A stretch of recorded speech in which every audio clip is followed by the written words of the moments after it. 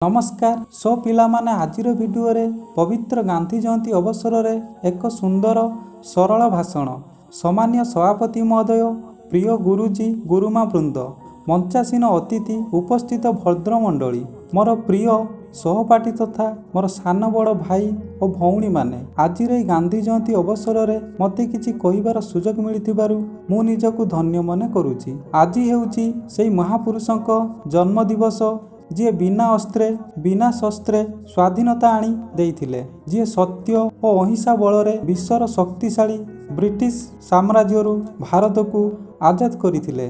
से थिले सत्य और अहिंसार पूजारी आम जातिर पिता मोहनदास करमचंद गांधी। सतरे जेतेबेले कौनसी देश बा जाति विपद संकटरे सम्मुखीन होइताए सेतेबेले देशर ईश्वरंकर जन्म मानव रूपे होइताए। जेतेबेले भारत वर्ष इंग्राजी शासनाधीन थिला सेही भली दुर्दिन बेलारे गांधीजी को जन्म आम भारतीयों पाई कौनसी ईश्वरंक ठारू मध्य कम नथिला। सो पिला माने भिडियोटी भल लागिथिले एक लाइक करंतु और कमेंट रे आम जातिर पिता महात्मा गांधी को पूरा नाम लिखंतु। जय हिंद, वंदे उत्कल जननी। धन्यवाद।